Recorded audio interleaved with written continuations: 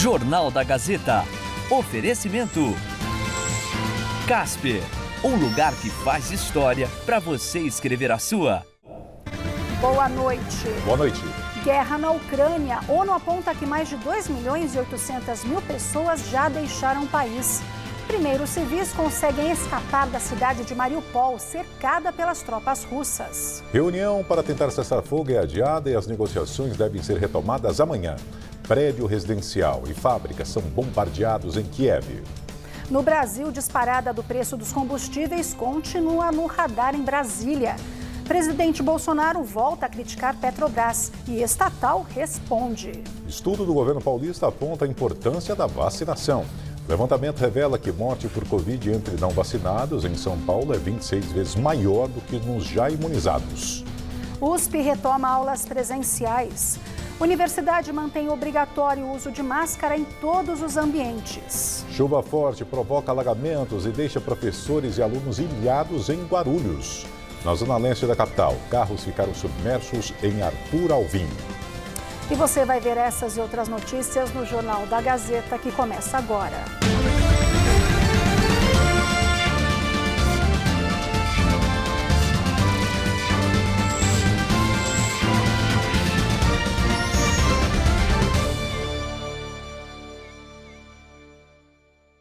O vice-prefeito de Atibaia, Fabiano Batista de Lima, do PL, foi baleado após brigar com um comerciante da cidade.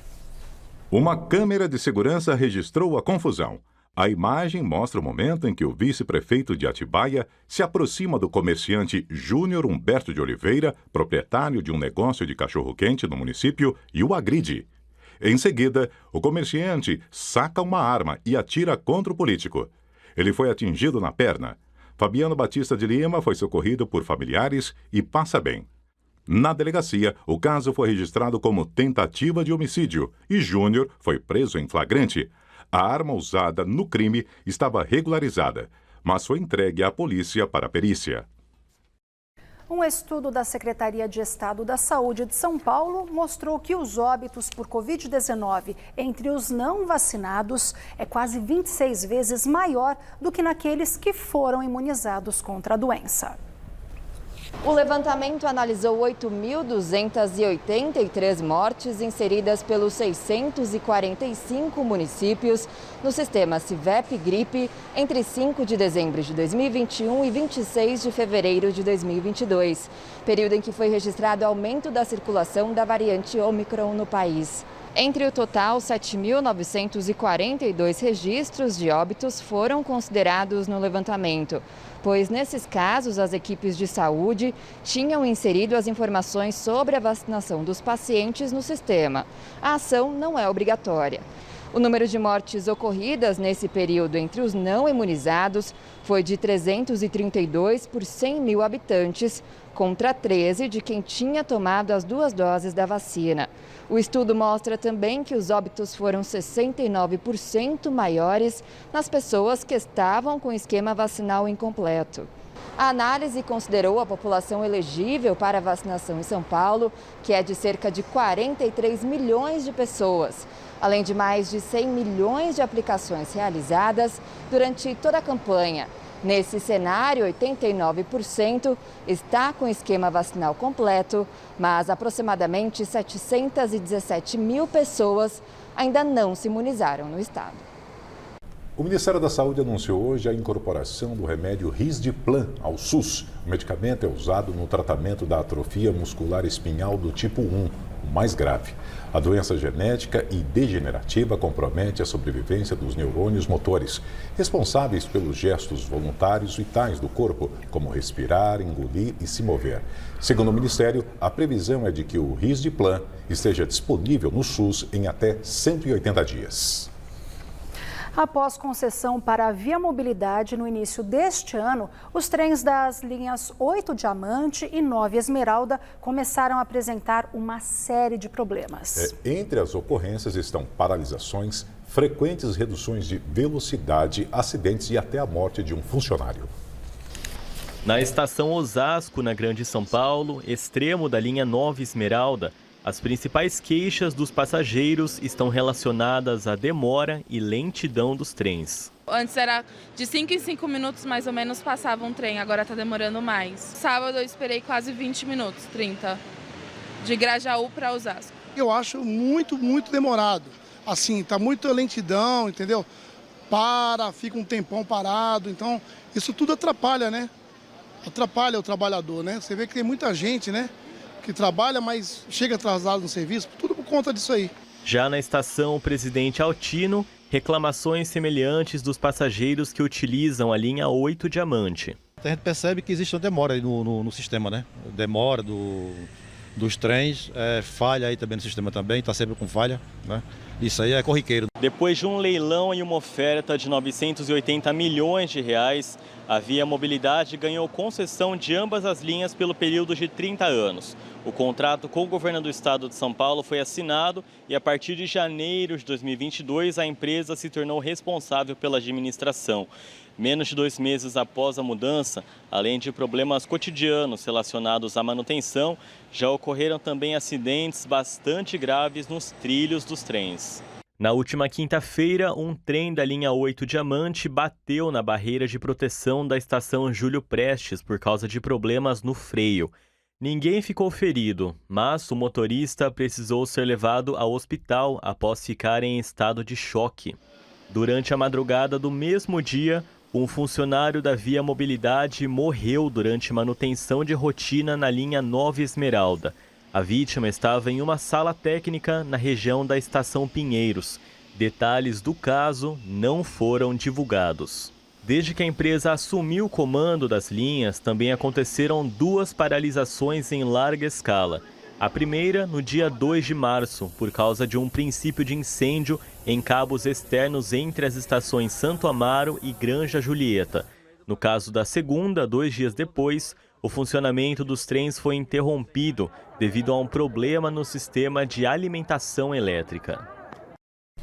A Via Mobilidade informou que o processo de atualização dos sistemas é transitório, mas que ao final resultará em uma infraestrutura de transporte público mais eficiente, segura e confortável para os usuários. Em relação ao acidente ocorrido com o trem da linha 8 Diamante, a concessionária informou que as causas estão sendo investigadas. No entanto, destaca que a interdição da plataforma não impacta na operação da linha, que segue normal. Estudantes da USP voltaram às salas de aula hoje com uso de máscara obrigatório, inclusive em áreas abertas. É normal no primeiro dia ficar um pouco perdido, ainda mais quando o retorno presencial ocorre depois de 2 anos. Até choveu. Porque sim, as aulas na USP voltaram à tradição. Atividades 100% no campus. Fazendo até um questionário pela internet, se sentia seguro ou não, né, para voltar. E aí, acho que com o passar da vacinação, já as pessoas estão vacinadas e mais seguras para voltar, acho que agora já é possível, né, voltar às aulas. E você estava ansioso? Ah, tava, né, já 2 anos nesse daí, né, precisava ter uma socialzinha, né. Não foi fácil chegar até aqui. A pandemia trouxe medo, perdas e estudo à distância. Por isso hoje é um dia bem especial, não só para os 11 mil calouros que chegam à maior universidade da América Latina, mas também para os 100 mil alunos que já estudavam aqui e precisaram se afastar, se adaptar nesse período histórico. Mas essa volta à normalidade ainda carrega os protocolos da pandemia. Aqui na USP, o uso da máscara é obrigatório em todos os ambientes, além do comprovante de vacinação contra a Covid-19. Eles têm tudo sob controle, assim, em ordem, sabe? Para mostrar que as pessoas que estão frequentando aqui realmente estão se vacinando e se protegendo, se prevenindo. Tem a comprovação da vacina, a gente tem que mostrar mesmo que a gente tomou as vacinas para entrar, então é de boa, é bem organizado. A faixa na porta da Faculdade de Economia e Administração dá o tom do retorno. Mistura alegria e pesar. Vamos mostrar nesse ano letivo nossa responsabilidade social, nosso comprometimento com os melhores valores científicos. Devemos lembrar que muitos dos nossos amigos, servidores e professores têm crianças não vacinadas em suas casas. A proteção individual resultará na proteção coletiva. Nesta semana, as atividades são de integração para recepção aos novatos. O trote é proibido na Universidade de São Paulo desde 1999. E há canais na internet para eventuais denúncias. E é legal ver a diversidade que existe na universidade, né? Tem gente que vem assim do Nordeste, do Norte, gente que vem de Brasília, né? Eu vim de Campinas, Paulínia, né, para ser mais exato. A Unicamp, a primeira universidade pública a interromper as atividades presenciais, também retomou hoje as aulas à moda antiga, com atividades em defesa da ciência e entrega de mais de 16 mil livros. Perto de 10% das 3.865 disciplinas precisaram sofrer alguma alteração. O uso de salas gêmeas, né, que os alunos ficam divididos e a aula é transmitida à sala ao lado, com o professor numa sala, na semana seguinte isso é invertido, né? Os professores têm comunicação com o aluno, podem responder pergunta, tudo. Não é uma aula presencial conforme nós estamos acostumados, mas diante da necessidade do distanciamento é o que a gente achou que era o melhor. Para isso a universidade investiu em equipamentos de tecnologia educacional, né? Gastamos perto de 4 milhões de reais nesses equipamentos. A guerra na Ucrânia. De acordo com a ONU, mais de 2.800.000 pessoas já deixaram o país e 639 civis foram mortos. Porém, o número é muito maior, já que só a cidade de Mariupol contabiliza cerca de 2.500. Na manhã de hoje, as delegações ucraniana e russa realizaram mais uma rodada de negociações, que foi interrompida e será retomada amanhã. No fim de semana, os ataques a áreas civis se intensificaram, mas Moscou diz que os alvos da chamada Operação Especial não são civis e alega que os próprios ucranianos atacam para culpá-los. Hoje, um ataque em uma área residencial de Donetsk, no leste do país, deixou 23 mortos. Imagens divulgadas pela TV estatal russa mostram a destruição no local. O Ministério da Defesa acusa o exército ucraniano de disparar um míssil, mas Kiev nega. Durante o fim de semana, ataques aéreos russos mataram 35 pessoas e deixaram 130 feridas na região de Lviv, cidade que fica próxima à fronteira com a Polônia, que é membro da OTAN. O presidente Volodymyr Zelensky alertou que é uma questão de tempo que a Rússia ataque territórios da organização e pediu novamente por uma zona de exclusão aérea sobre o país. Mais de 900 mísseis foram lançados pela Rússia desde o início do conflito, há 19 dias. Hoje, a capital Kiev também foi atingida por fortes bombardeios.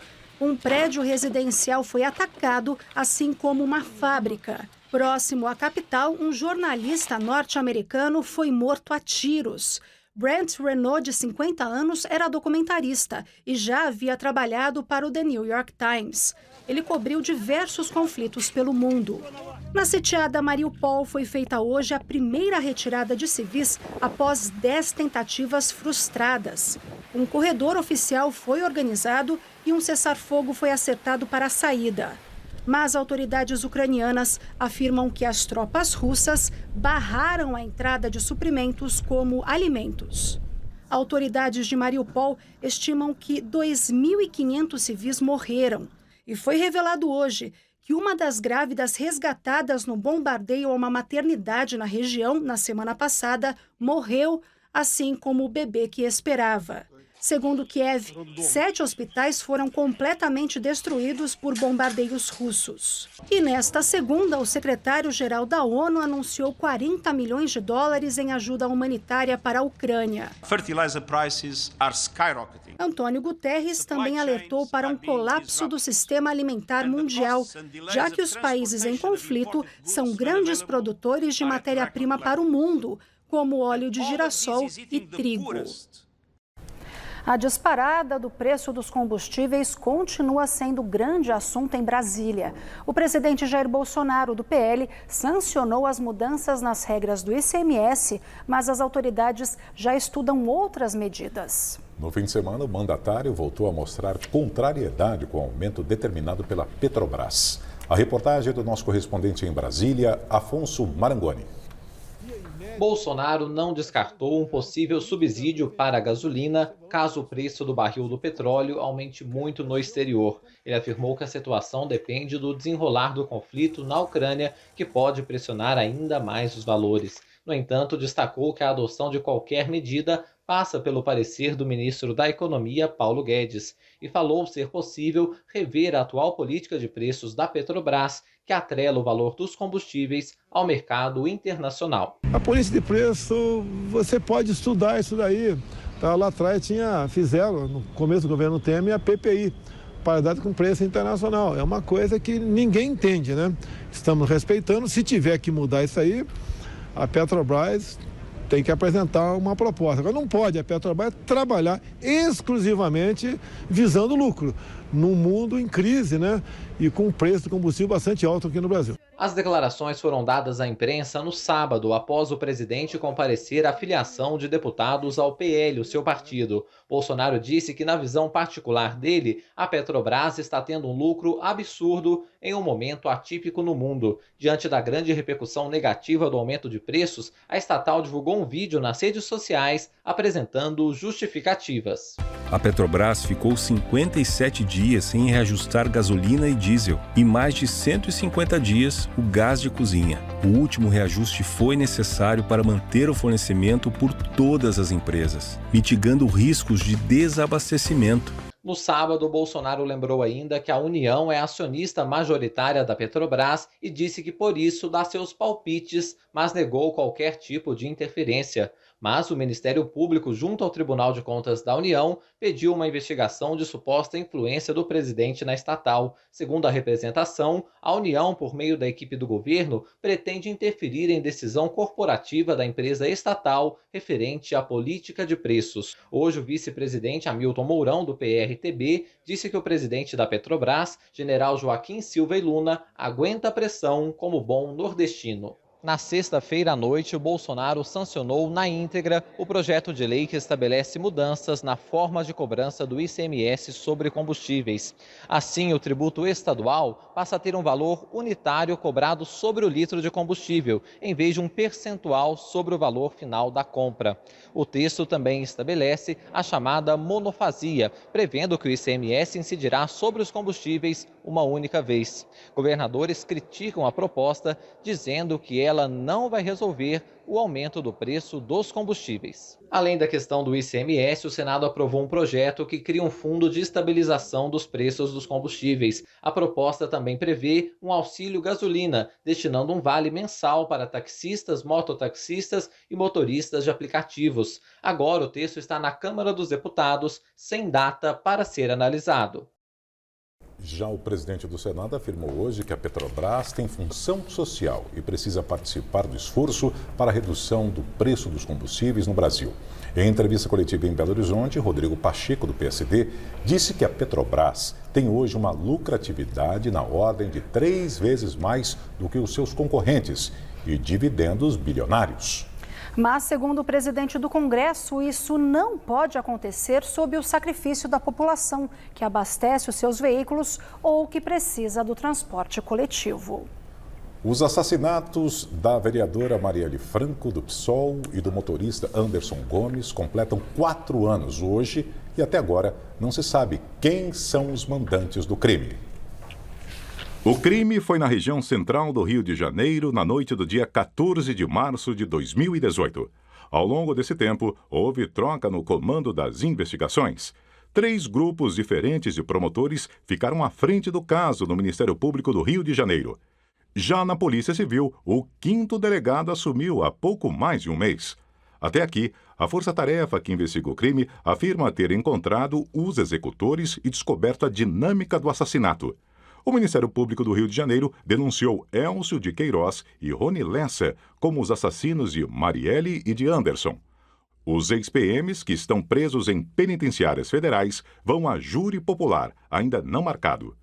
Para o coordenador do GAECO, Bruno Gangoni, o profissionalismo dos executores torna mais difícil a elucidação do crime. Os promotores não sabem também por qual motivo Marielle foi morta. Para o Ministério Público, a resposta depende da identificação do mandante do assassinato. Hoje, familiares e amigos da vereadora e do motorista fizeram, em frente à Câmara Municipal do Rio, um ato para marcar os 4 anos dos assassinatos e também para cobrar soluções das autoridades. Em documentos enviados ao Supremo, o governo federal informou que não teve gastos com a viagem do vereador do Rio de Janeiro, Carlos Bolsonaro, à Rússia no mês passado. Embora o ministro do STF, Alexandre de Moraes, tenha determinado também que fosse informada a agenda de compromissos do filho do presidente durante a viagem, o governo federal se limitou a repassar apenas a agenda de Bolsonaro. O requerimento foi apresentado ao STF pelo senador Randolfo Rodrigues, da Rede.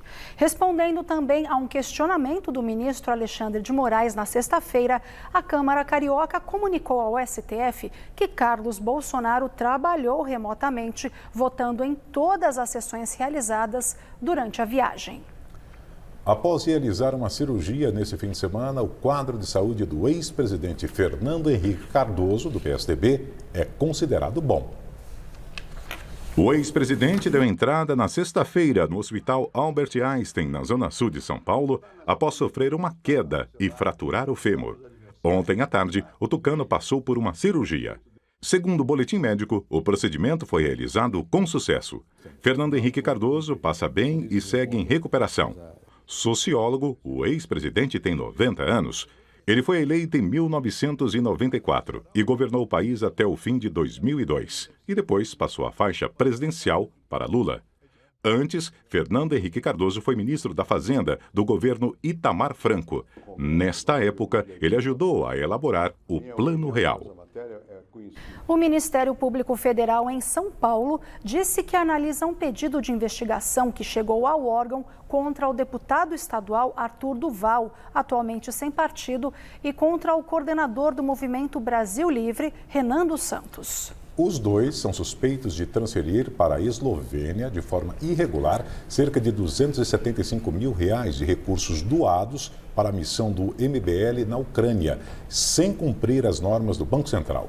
Arthur Duval enfrenta 21 representações contra ele na Alesp, com pedidos de punições que vão de advertência à perda de mandato, depois da divulgação de áudios sexistas contra mulheres ucranianas.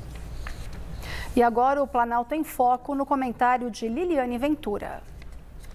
-2 na lista de pré-candidatos à presidência da República. Com a desistência do presidente do Senado, Rodrigo Pacheco, que alegou, aspas para ele, o cargo a mim confiado está acima de qualquer ambição eleitoral. Meus compromissos são urgentes, inadiáveis e não compatíveis com vaidades. Por isso, afirmo que é impossível conciliar essa difícil missão com uma campanha presidencial. O presidente do Senado precisa agir como um magistrado, conduzindo os trabalhos com serenidade, equilíbrio e isenção, complementou. Olha, então, o senador quer nos convencer que só agora se deu conta da incompatibilidade de agendas como pré-candidato ao Palácio do Planalto e presidente do Congresso? Palavras ao vento. Outro que anunciou sua saída da corrida presidencial foi o também senador Alessandro Vieira, agora ex-cidadania, que afirmou já estar no passado essa trajetória política, mas aproveitou para lançar o seu nome ao cargo de governador do estado de Sergipe. Para ele, restou ainda a possibilidade de apoiar um dos candidatos da terceira via. E por falar neles, o MDB, PSDB e União Brasil avançam em acordo por candidatura única e ampliação de bancadas no Congresso. Simone Tebet, João Dória e Luciano Bivar, ainda que estejam desidratados, apostam em uma grande coligação. Dinheiro não é um problema para eles, hein? Que juntos terão cerca de 2 bilhões para convencer o eleitorado que são capazes de governar um país. O problema aqui será administrar a fogueira das vaidades. Boa noite. O Banco Central liberou hoje a consulta do valor e o pedido de resgate do dinheiro esquecido nos bancos aos nascidos de 1968 a 1983. Para os que nasceram antes desse período, a liberação foi feita na semana passada. Ao todo, são 4 bilhões de reais que serão pagos a 28 milhões de clientes. Para os nascidos depois de 1983, o acesso será liberado na próxima semana. O calendário completo está disponível no site valoresareceber.bcb.gov.br. No mercado financeiro, o dólar comercial fechou o dia com valorização de 1,30%, cotado a R$ 5,12 na venda. O Ibovespa da Bolsa de Valores B3 encerrou o pregão em queda de 1,60% aos 109.927 pontos. E agora vamos ao comentário de economia com Denise Campos de Toledo. O relatório Focus de hoje mostrou mudanças importantes nas projeções do mercado, principalmente para a inflação. A previsão média para o IPCA deste ano subiu de 5,65% para 6,45%. Só que mesmo com esse salto, já pode estar defasada diante do avanço de preços em decorrência da guerra. Vários analistas estão com previsões mais altas. O problema é que são muitas variantes interferindo nas expectativas. O governo ainda estuda medidas para amenizar o impacto nos combustíveis, principalmente, como ampliar os cortes de tributos para a gasolina. No exterior, o aumento de casos de coronavírus na China mexeu com as projeções de demanda. Fato é que a inflação continua incomodando, tanto que a CNI, a Confederação Nacional da Indústria, divulgou levantamento ressaltando o peso da alta das commodities sobre a inflação global e o crescimento, o que pode acabar prejudicando as exportações em geral do país, sendo que o setor também pode ser prejudicado por custos maiores e pelos desequilíbrios das cadeias de insumos, sem condições de repasse para os preços, o que levaria as empresas a mais dificuldades. É o alerta da indústria, mas no relatório Focus, o mercado voltou a elevar a previsão do PIB deste ano para 0,49%, isso diante dos dados de atividade mais recentes, os estímulos vindos do governo para fazer frente à atual situação e o retorno financeiro maior que deve vir com as exportações de produtos básicos. Como se vê, até em relação à atividade, a dificuldade de consenso. Ainda tem os juros, que já vinham sendo calibrados para reduzir o espaço para repasses de preços. A guerra piora a inflação, só que também pode mexer com a atividade, o que traz mais incerteza quanto à calibragem adequada para segurar os preços sem produzir mais danos para as economias. E nesta semana tem a super quarta, com a decisão do Copom aqui e do Fed nos Estados Unidos. Lá a expectativa de aumento das taxas já caiu de 0,50% para 0,25%. Aqui a previsão média é que a Selic suba para 11,75% ao ano, muito pelo sinal que foi dado antes pelo BC de um ritmo mais fraco, embora mais prolongado, de ajustes da Selic. A aposta dominante é de mais aumento dos juros. Agora é aguardar a leitura do Copom sobre o atual cenário, onde a guerra pode ter efeitos mais duradouros, mesmo que haja algum entendimento. Laerte. E a Denise volta logo mais. Na entrevista do dia, Denise Campos de Toledo conversa com Vitélio Brustolin, professor do Inesio UF e pesquisador de Harvard, sobre a evolução da guerra na Ucrânia e possíveis alternativas para o fim do conflito. Agronegócio. A ministra da Agricultura, Tereza Cristina, embarcou no fim de semana para o Canadá, levando na mala uma das prioridades do governo no momento: buscar novas fontes de fornecimento de fertilizantes para evitar o desabastecimento do insumo, que é fundamental para o agronegócio brasileiro. Hoje, Tereza Cristina deu sequência aos encontros iniciados ontem com representantes de empresas canadenses de fertilizantes em Ottawa, como parte da missão oficial ao Canadá, que visa garantir ofertas do insumo em meio à guerra na Ucrânia. E nas redes sociais, a ministra da Agricultura, Tereza Cristina, postou um vídeo em que comemora a autorização do governo do Canadá para a importação de carnes bovina e suína produzidas no Brasil. Essa abertura de mercado faz com que a gente ultrapasse os 200 mercados por mim estipulados como meta no Ministério da Agricultura, e também é uma notícia muito boa para os frigoríficos brasileiros, que podem empregar e trazer renda para o interior do nosso país. Um grande abraço a todos vocês. O Congresso do Peru aprovou a abertura de um processo de impeachment do presidente Pedro Castillo. Com a aprovação do Congresso para a abertura do processo por 76 votos a 41, Castillo se torna agora o terceiro presidente do Peru a se tornar alvo de impeachment em menos de 4 anos. O pedido foi liderado por congressistas da maioria conservadora. A oposição alega a incapacidade moral de Castillo para o cargo. Eleito em julho do ano passado, ele é investigado por conspiração e tráfico de influência em contratos para a realização de obras públicas. Pedro Castilho, do partido Peru Livre, de esquerda, tem até o dia 28 de março para apresentar sua defesa. Em 2018, Pedro Kuczynski renunciou à presidência do país em meio à destituição. E Martim Vizcarra foi afastado do cargo pelo Congresso em 2020. E na China, o número de casos de Covid-19 registrados este ano já supera o total de 2021. Só neste domingo foram contabilizadas 1.337 novas infecções, aumentando para 9.000 o número de casos desde janeiro. Em todo o ano passado, foram registrados 8.378. A responsável, segundo autoridades, é a variante Ômicron, altamente transmissível. Os surtos estão concentrados principalmente nas cidades de Xangai e Shenzhen. E a seguir, chuva provoca alagamentos e deixa carros submersos na Zona Leste. E a previsão do tempo para o Brasil e o estado de São Paulo, a gente volta já já.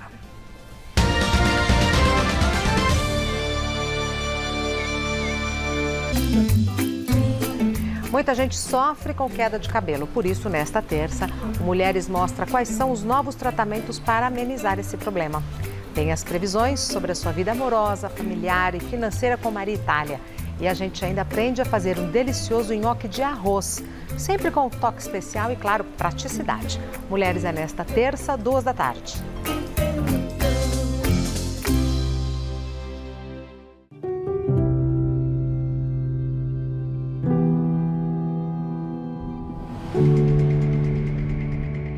Meu nome é Avenida Paulista. Já faz muito tempo que eu tô aqui, mas parece que o passar dos anos me deixa cada vez mais jovem. Sou o maior palco da cidade, um lugar para todos que acreditam que aqui São Paulo caminha sempre em frente. No número 900, me chamam de Casper, um lugar feito por contadoras e contadores de histórias. Gente que se conecta com o Brasil e o mundo. Todos os anos, muitos chegam e muitos vão embora. E a Casper fica para sempre, dentro de cada um. Meu nome é Avenida Paulista e o meu coração é casperiano. Um lugar que faz história para você escrever a sua.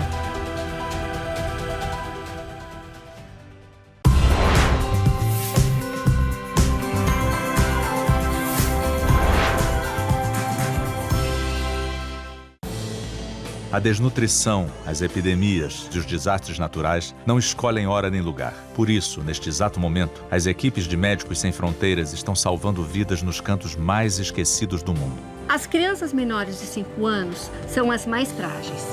Nessa faixa etária, só de desnutrição, milhões morrem por ano. Por isso nós estamos aqui, salvando vidas. Seja doador de Médicos Sem Fronteiras. Com apenas R$1 por dia, R$30 por mês, você nos ajuda nos atendimentos médicos, a realizar partos e a fazer campanhas de vacinação. Com a contribuição de cada doador, Médicos Sem Fronteiras vacina por ano milhões de pessoas. Nós não precisamos de muito para salvar vidas, mas se você nos ajudar, nós fazemos a nossa parte. Seja doador de Médicos Sem Fronteiras. Acesse agora doe.msf.org.br ou ligue para 0800 941 0808. Médicos Sem Fronteiras. Precisamos de você para salvar vidas. Para nós do PTB, pedofilia é crime. E crime hediondo. Isso está aqui, garantido em nosso estatuto. Se você pensa como a gente, eu sou o deputado Kennedy, presidente estadual do PTB, e convido você a se filiar no nosso partido, o PTB. PTB 14, a Casa do Conservador.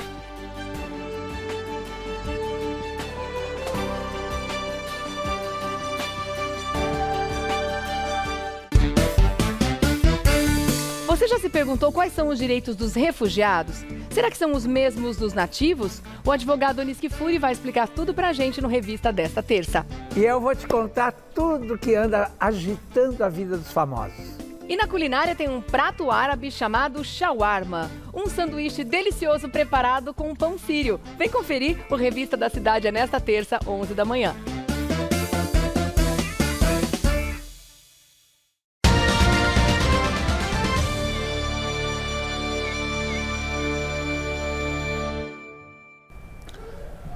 Dia de chuva forte e alagamentos em São Paulo.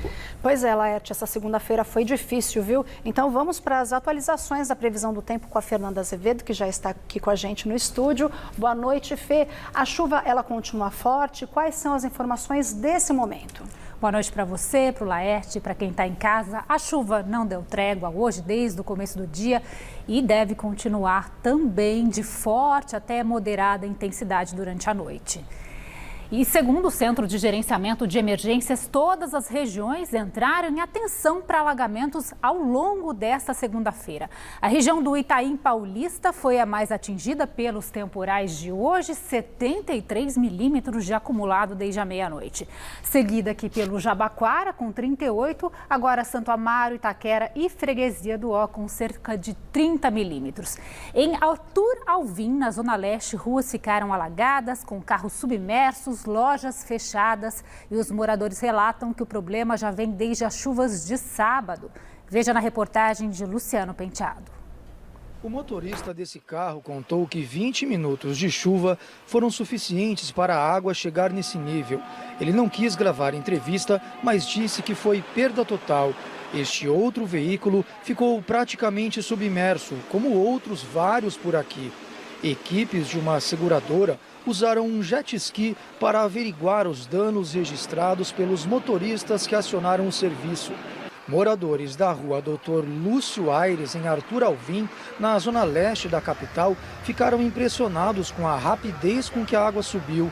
Segundo o Alberto, a via sempre enche com a chuva, mas nada parecido com agora. Fizemos há 10 anos atrás vários abaixo-assinados aqui, vários. Por quê? Porque essa vazão é pequena ali, ó. Sempre alaga aqui? Sempre alaga. Agora que a bomba explodiu porque alguém foi e concretou lá. Agora ninguém sabe certo quem foi e quem mandou concretar e quem fechou. Agora desse jeito aqui tá desde sábado? Nunca vi isso. Desde, acho que foi quarta-feira a primeira vez. O local fica bem ao lado da Radial Leste, uma das mais importantes avenidas da cidade. Várias lojas tiveram que fechar as portas. Comerciantes temem prejuízos por causa do que consideram ser um problema crônico. E isso dificulta o acesso dos nossos clientes, e a gente tem imobiliária na região. Isso acaba depreciando, né? Valor de imóvel, localização. Está prejudicando todos os comerciantes aqui. Ó. O meu irmão é o Marcelo, tem imobiliária também, eu também tenho, ele tem a dela. Está prejudicando muito nós aqui no mercado. Não, isso aí já vem de anos já. Desde que eu me conheço como gente, isso aí sempre encheu. Só que desse jeito nunca vi, não. A vizinhança relata que o alagamento foi provocado pela falta de drenagem das ruas, que permanecem alagadas desde o temporal que atingiu a região no sábado. A prefeitura confirmou que a água continua no mesmo nível e explicou que o problema é resultado de obras para passagem provisória de água, já que houve dano em uma galeria localizada sob a linha 11 Coral da CPTM. A prefeitura informou que já reservou 767 milhões de reais para esta finalidade na capital, com pagamento previsto para este ano. Mas em pleno período de chuvas, os recursos ainda não foram direcionados. No ano passado, a gestão de Ricardo Nunes do MDB usou apenas 58% do orçamento municipal na cidade. Sobre a situação em Artur Alvim, a prefeitura lamentou os transtornos e disse que a Secretaria Municipal de Infraestrutura Urbana e Obras trabalha para normalizar o sistema de drenagem do bairro. Em Ermelino Matarazzo, também na Zona Leste, a água deixou esse caminhão ilhado e invadiu o piso de uma farmácia. O momento mais crítico da chuva de hoje foi por volta do 12h30, quando o Centro de Gerenciamento de Emergências Climáticas emitiu alerta para enchentes em todos os bairros do município. Olha, e não foi só aqui na capital que esses problemas de alagamentos aconteceram. Cidades da região metropolitana também foram afetadas. O repórter Luciano Penteado está de volta agora ao vivo e tem informações de Guarulhos. Boa noite, Luciano. Pois é, várias ruas de Guarulhos também ficaram inundadas. E o que mais chamou a atenção é que uma escola estadual aqui de Guarulhos, a escola Brigadeiro Haroldo Veloso, nessa escola 130 crianças e também estudantes, né, e também professores que trabalhavam no local ficaram ilhados porque não conseguiram sair, já que a água subiu rapidamente na frente da escola. E aí o Corpo de Bombeiros foi acionado por volta das 5 horas da tarde, ficou ali monitorando a situação e cogitando retirar essas pessoas com botes, o que não foi preciso porque, felizmente, agora há pouco, já no começo da noite, a água da rua baixou e as pessoas puderam sair da escola, todas essas mais de 100 pessoas, sem ninguém ficar ferido. Trago também atualizações do próprio Corpo de Bombeiros. O balanço mais recente é das 5h40 da tarde. Segundo a corporação, foram até esse horário 41 chamados para quedas de árvores em toda a cidade, 27 chamados para enchentes e alagamentos e 7 chamados para desabamentos ou desmoronamentos. Também, felizmente, em nenhuma dessas ocorrências houve feridos até o momento. Voltamos ao estúdio. Obrigada, Luciano, pelas informações. E a previsão é de mais chuvas para os próximos dias. Amanhã o tempo vai seguir muito instável, o sol até vai aparecer, com máxima aqui na capital de 28 graus. E entre a tarde e a noite aí vem as pancadas fortes de novo. Na quarta, condições permanecem as mesmas, com máxima de 29 graus e 20 milímetros de chuva. Aí somente na quinta a chuva diminui um pouco, mas também a temperatura aí já sobe para 31 graus. É a marca dessa reta final de verão, esses termômetros acima dos 30 graus. Para Fernanda, essa confusão toda no tempo tem relação com a frente fria que você alertou da chegada dela na semana passada? Total relação com essa frente fria, Laerte. A frente fria chegou então no fim de semana, tivemos temporais, principalmente entre a madrugada de sexta e ao longo do sábado, hoje de novo, e deve continuar a chover forte também no leste de Santa Catarina, principalmente no litoral do estado de São Paulo, região central de Minas Gerais, norte de Goiás e do Mato Grosso. Trocando então de mapa pelo mapa de chuvas para mostrar a quantidade de nuvens também nos estados do norte e do nordeste do Brasil. Essa umidade está de certa forma conectada com o que está acontecendo aqui no sudeste por causa da frente fria, que acaba atraindo as instabilidades da região amazônica, formando então aquele famoso corredor de umidade. Apesar dos transtornos que a gente mostra aqui, a chuva é fundamental para os nossos reservatórios, para baixar o custo da energia elétrica também. Aqui em São Paulo, depois de um fevereiro muito seco, estamos no meio de março com mais de 80% da chuva esperada para o mês inteiro. Bem, é isso, Fernanda. Muito obrigada, viu? E até amanhã. Até. Boa noite, gente. Boa noite. E veja a seguir, na entrevista do dia, Denise Campos de Toledo conversa com Vitélio Brustolin, professor do INEST, UF e pesquisador de Harvard, sobre a evolução da guerra na Ucrânia e possíveis alternativas para o fim do conflito. É depois de um rápido intervalo. Até já.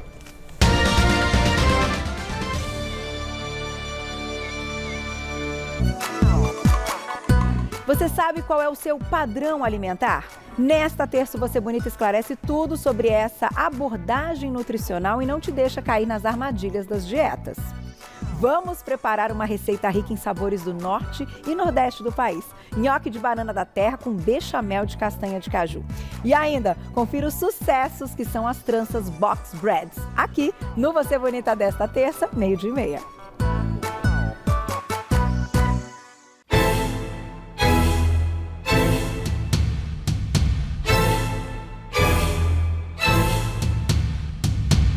Podcast Jornal da Gazeta, em aplicativos de celulares e nas plataformas digitais de áudio. Ouça nossos comentários de política e de economia, a entrevista do dia e especiais sobre os bastidores da notícia.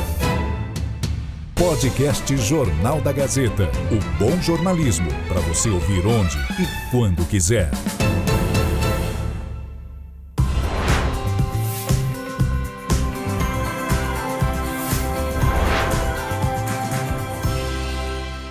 O maior direito que a gente tem em vida é a liberdade. O nosso corpo e os nossos filhos não são propriedades do governo. De forma bruta e cruel estão querendo tirar da gente esse direito. Para nós do PTB, liberdade é algo sagrado.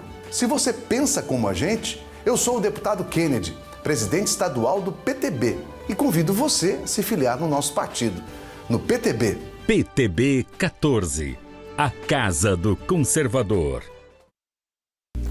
Quer deixar as suas transferências por Pix ainda mais seguras? Quando for fazer o cadastro das suas chaves, escolha a opção Chave Aleatória. Ela é um conjunto de números, letras e símbolos gerados pelo Banco Central. Assim, você não precisa fornecer os seus dados em uma operação. E lembre-se, o cadastro só pode ser feito no site ou aplicativo oficial do seu banco. Siga essas dicas e proteja-se. Prevenção e Segurança, uma campanha da TV Gazeta. O melhor do jornalismo esportivo está no Gazeta Esportiva. Se segura na poltrona. Aqui, informação não falta, a análise é certeira e a resenha rola solta. O comportamento dele é inadequado. E o árbitro? O time que bate um bolão está no Gazeta Esportiva, de segunda a sexta, 6 da tarde. Tamo on!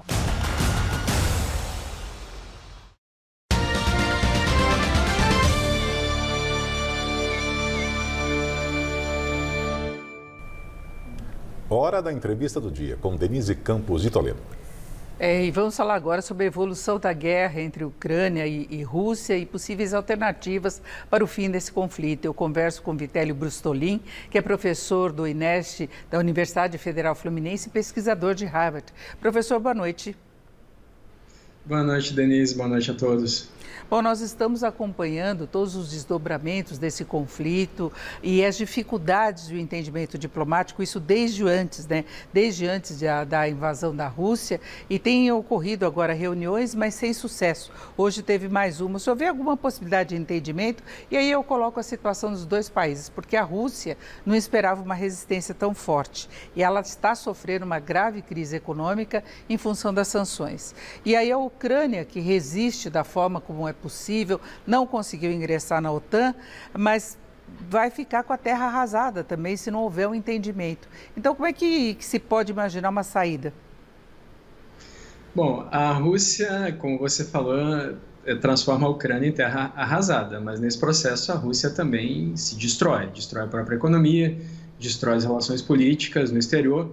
E o preço de vencer uma guerra na Ucrânia, se isso vier realmente acontecer, se a Rússia vencer, pode ser caro demais para a própria Rússia, né? Já vem sendo. O desentendimento parte também das exigências, das demandas russas, né? São 4 as principais. A primeira é a rendição militar da Ucrânia. A segunda é uma mudança na Constituição da Ucrânia para que a Ucrânia nunca ingresse nem na OTAN, nem na União Europeia, o que é muito caro para a Ucrânia, porque lá em 2013, quando caiu o Yanukovych, que era o presidente então, né, fugiu para a Rússia e sofreu um impeachment, os protestos nas ruas foram justamente porque a Ucrânia vinha negociando um acordo comercial com a União Europeia e o Yanukovych voltou no acordo que ele mesmo tinha ajudado a negociar, né, voltou para trás. Em 2016, a Ucrânia aderiu a esse acordo comercial com a União Europeia, ou seja, já existe uma aproximação. Então, o fato da Rússia bloquear a aproximação com a União Europeia é complexo, porque uma coisa é o Putin alegar que não quer a OTAN perto da Rússia. Outra coisa é vetar um ato soberano de um país de se aproximar com a União Europeia. As outras 2 demandas dos russos são o reconhecimento da Crimeia como território russo e o reconhecimento da independência de Donetsk e Luhansk. Esses aí são difíceis da Ucrânia levar, porque para conseguir esses territórios de volta, desde que a Crimeia está anexada desde 2014 pela Rússia, a Ucrânia teria que ir lá e fazer o que a Rússia faz atualmente na Ucrânia, ou seja, usar atos de força. O presidente da Ucrânia até falou da possibilidade de algumas concessões nesse sentido de reconhecimento das áreas rebeldes, não é? Mas mesmo assim a conversa não avançou e é difícil imaginar uma situação simplesmente de cessar fogo, não é? Os dois sairiam derrotados? Veja só, eu diria que se houvesse um armistício agora, porque o cessar-fogo ele é sempre por período determinado, né? Ele sempre tem um prazo. O armistício ele é por prazo indeterminado. A Guerra das Coreias, por exemplo, teve um armistício em 1953 e nunca teve um tratado de paz. Então, tecnicamente, Coreia do Sul e Coreia do Norte estão em guerra. Então, se nós chegássemos a um ponto de equilíbrio agora, que favorecesse os dois lados, né? O Putin poderia alegar para o público interno dele que ele conseguiu afastar a OTAN do território ucraniano, e o Zelensky poderia alegar para o público dele que resistiram à invasão russa e que ainda assim saíram de pé como uma nação independente e com o Zelensky ainda no poder. Seria um bom momento para os dois chegarem a um acordo? Seria, porque haveria uma dificuldade, inclusive, de se identificar quem seria vitorioso nesse momento. Veja que a primeira demanda russa é justamente essa, né? Uma rendição militar da Ucrânia. A Rússia quer o reconhecimento de que a Ucrânia perdeu essa guerra. Agora, existem algumas questões que a gente precisa levar em consideração aqui. O fato dos russos estarem avançando e destruindo a Ucrânia não significa que no médio e longo prazo isso se converterá numa vitória russa, porque se fosse sempre assim, se o mais forte destruindo o país mais fraco sempre vencesse a guerra, os Estados Unidos não teriam perdido a guerra do Vietnã. Ou os Estados Unidos no Afeganistão, que ficaram 20 anos lá, acabaram saindo, o Talibã voltou ao poder, ou seja, perderam a guerra do Afeganistão também. Então, note que uma coisa é a Rússia invadir a Ucrânia, destruir as forças armadas, a infraestrutura, aterrorizar os civis. Outra coisa é, no longo prazo, manter essa ocupação e o poder sobre a região, porque os ucranianos com certeza vão resistir, vai haver atentados terroristas se isso acontecer, como aconteceu, por exemplo, nas guerras da Chechênia, na Primeira e na Segunda Guerra, e vai haver muita insurgência por parte dos ucranianos contra os invasores russos. E a Ucrânia vai contar pelo menos com o suporte financeiro da OTAN, que parece meio imobilizada nessa questão de ajudar efetivamente a Ucrânia para não provocar Putin, que já ameaçou com retaliação. Só que ele fez um bombardeio muito próximo da Polônia, que faz parte da OTAN, não é? Essa estratégia russa, ela tem a ver com a progressão das forças sobre o território ucraniano. Veja, os russos, eles vêm do sul, do norte e do leste. A parte oeste é por onde entram os armamentos da OTAN para a Ucrânia, né? Então, os mísseis Javelin, os mísseis Stinger, a munição, fuzis, é por ali que entra, né? Por duas vias pela Polônia, uma bem ao sul da fronteira com a Ucrânia e outra mais próxima à Belarus. Então, até agora, é um erro estratégico que os russos não tenham fechado essas linhas de comunicação da Ucrânia com a Polônia e, por conseguinte, com a OTAN. Se eles descerem naquela parte onde foi bombardeada, a oeste, eles conseguem fechar as linhas de comunicação. Os russos não precisam controlar a parte sudoeste, ou seja, logo para cima do Mar Negro, porque aquela região é montanhosa na Ucrânia e poucas pessoas estão prestando atenção na geografia da Ucrânia, mas ela precisa ser estudada para se elaborar um plano de guerra. Então, aquela região os russos não precisam tomar porque o espaço aéreo da Ucrânia está fechado e não há possibilidade de passar com alguma rapidez equipamentos por terra por aquelas cordilheiras. Agora, como é que fica a configuração global a partir desse conflito? Porque a gente tem a Rússia isolada, talvez com uma proximidade maior da China, mas já levou a conversas, por exemplo, entre Grécia e Turquia. A gente vê a OTAN talvez agregando outros países, não é? Moldávia e Geórgia já querem entrar para a União Europeia. A gente vê um fortalecimento das forças ocidentais e o isolamento da Rússia. E aí, o que pode sair dessa situação? Essa é uma pergunta de cenário complexo. Sempre que acontece uma guerra, há uma reforma no sistema internacional. Isso aconteceu com a Primeira Guerra, foi assinado o Tratado de Versalhes, foi criada a Liga das Nações, cuja principal finalidade era evitar guerras. Só que a Liga das Nações não foi efetiva e 20 anos depois a gente teve a Segunda Guerra Mundial e aí a Liga das Nações acabou, a instituição que a substituiu foi a ONU. A ONU também vem tendo problemas em evitar guerras. Note, por exemplo, que não é porque a Ucrânia não é membro da OTAN que a Ucrânia não tem direitos. A Ucrânia tem direito de não sofrer uma guerra agressiva, porque isso é proibido pela Carta da ONU. Então, vai ter que haver alguma reforma nas organizações internacionais, especialmente no Conselho de Segurança, o que não vai ser fácil, porque os países que detêm o poder, um deles é a Rússia, né? Então são 5 permanentes, né? Rússia, Estados Unidos, China, Reino Unido e França, esses países não querem abrir mão do poder. Agora veja, indo mais diretamente à sua pergunta, o Putin ele acabou unindo, né, os europeus e os Estados Unidos, né, e isso tem um efeito colateral, né, esse ato de força do Putin, a guerra, gera uma aversão ao que ele vem promovendo no mundo inteiro, inclusive dentro da Rússia. Os europeus vão se armar muito mais na próxima década, né, vai aumentar a força de defesa, a força militar da Europa, que era o que o Putin não queria. O Putin já tem 70 anos de idade, ele nasceu em 1952, e o legado que ele parece deixar para a Rússia é um país cada vez mais isolado. Tanto que países que antes não eram membros da OTAN, e ainda não são, mas querem ingressar, como Finlândia e a Suécia, adiantam os seus processos de ingresso na OTAN justamente por causa da ameaça russa, né? Então, mesmo que a Rússia vença militarmente, essa é uma guerra que politicamente vai ser muito difícil de ser vencida. E é uma situação muito complicada economicamente. A gente fica imaginando qual que é o fôlego de Putin para manter essa situação internamente. Ele que tem prendido manifestantes, porque parte da população é contra também. Talvez não haja manifestação maior, exatamente pela atitude que ele tem em relação a isso. Mas é uma crise financeira das mais sérias que o país já enfrentou, não é? E ele tem essa retaliação também, suspendendo exportações e perde ainda mais fôlego financeiro. O Putin, quando anexou a Crimeia em 2014, ele tinha uma aprovação dentro da Rússia de 60%. Após a anexação da Crimeia, essa aprovação subiu para 80%. Só que ele sofreu sanções econômicas naquela época já, né? Então, por causa dessas sanções, a aprovação dele foi caindo, a economia russa foi piorando, o cenário político interno foi degradando. E em 2018, ele fez uma reforma previdenciária, aumentando a idade para aposentadoria, e a aprovação dele caiu para 64%, quase em níveis pré-anexação da Crimeia. Então, esse tipo de sanção gera efeito, mas gera efeito em médio e longo prazo. O que acontece agora é que a Rússia poderia, né, acabar com essa guerra muito rapidamente, bombardeando a Ucrânia. Isso seria possível. A Rússia tem poder militar para destruir a Ucrânia. A gente precisa entender isso. Só que se a Rússia fizer isso dessa forma, vão morrer milhões de civis, e isso seria algo intolerável para o mundo inteiro. Ele está muito nessa guerra de informação, tentando restringir o que chega à população local, mas tem uma relação muito forte entre Ucrânia e Rússia, entre a própria população. Então, em alguma medida, se sabe o que está acontecendo lá. Então, politicamente, também é ruim para ele isso, e fora a perda de conforto, além da questão financeira, das grandes empresas que estão saindo da Rússia, não é?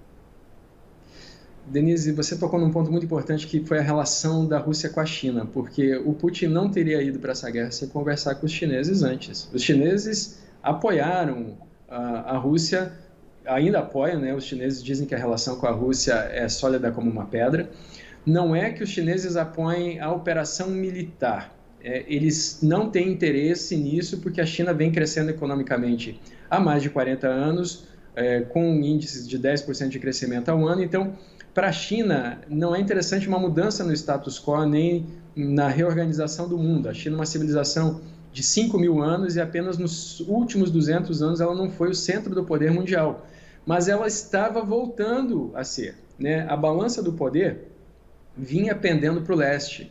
A ação do Putin desequilibra novamente essa ação do poder, devolve o poder para o Ocidente reage se armando e se unindo, e isso também não é do interesse chinês. Mas em algum momento a China vai ter que ser chamada, né? Hoje na ONU isso foi discutido, porque veja, por exemplo, quando a Coreia do Norte começou a fazer testes mais intensivos de mísseis nas águas do Japão, a saída foi apertar a China para prejudicar o governo do Kim Jong-un. Então, nesse caso com o Putin, em algum momento a China pode ser chamada a prestar contas. Ela não vai conseguir compensar tudo que a Rússia está perdendo pelas sanções do Ocidente e não pode criar problemas também à China, não é? Nós já estamos chegando ao final. Eu agradeço muito a participação do Vitélio Brustolin, que é professor do INEST, da Universidade Federal Fluminense. Muito obrigada mais uma vez, uma boa noite. Obrigado, foi um prazer. Contem comigo. É isso. Tivemos as informações e agora é com vocês. Obrigada. Lembrando que essa entrevista da Denise, assim como os comentários do Josias e da Liliane e ainda produções exclusivas do nosso jornalismo, também estão disponíveis nas principais plataformas de podcast. E o Jornal da Gazeta termina aqui. A edição de hoje pode ser revista no site Jornal da Gazeta e no aplicativo da TV Gazeta, que pode ser baixado de graça no Google Play e também no App Store. Nós voltaremos amanhã às 19 horas. Uma ótima noite para você e até lá. Boa noite.